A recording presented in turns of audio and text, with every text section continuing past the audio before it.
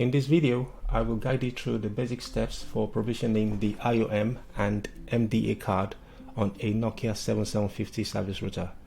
The IOM card needs to be provisioned before the MDA card. This is because the MDA card actually sits into the IOM card, and the IOM card is inserted in the chassis. So to do this, we log in with the default username and password of admin.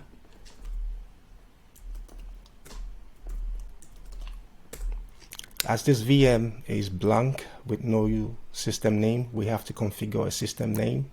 To do that, we issue the configure system name command. This particular VM is the PE1. Hit return. That concludes the system name configuration.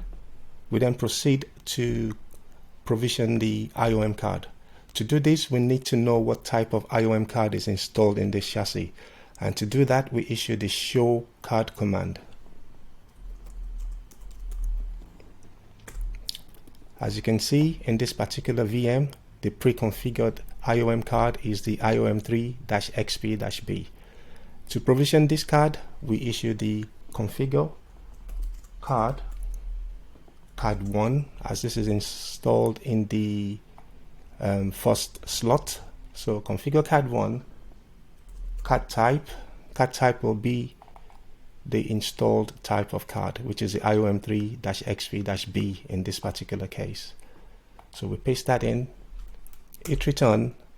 We need to verify that the card is properly provisioned. To do that, we do issue the show card command again.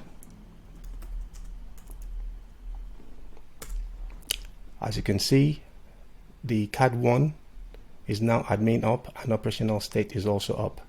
The next step is then to provision the MDA card. So to do that again, we need to know what kind of MDA is inserted in the IOM. So we issue the show MDA card command.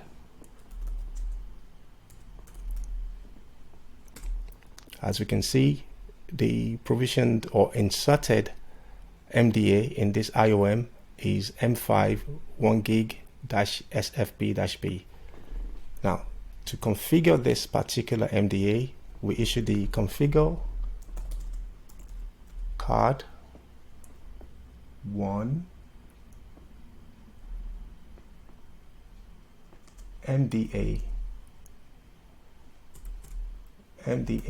1, and then MDA type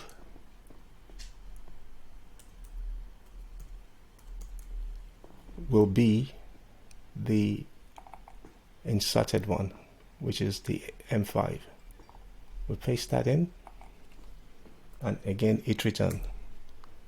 We also then need to verify the status of the newly provisioned MDA. Again, we issue the same command, show MDA.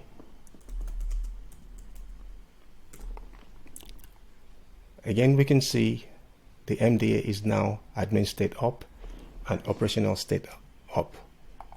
We can then go ahead just to run our checks to make sure everything is in order by issuing the show ports command to make sure the ports are available for us to configure.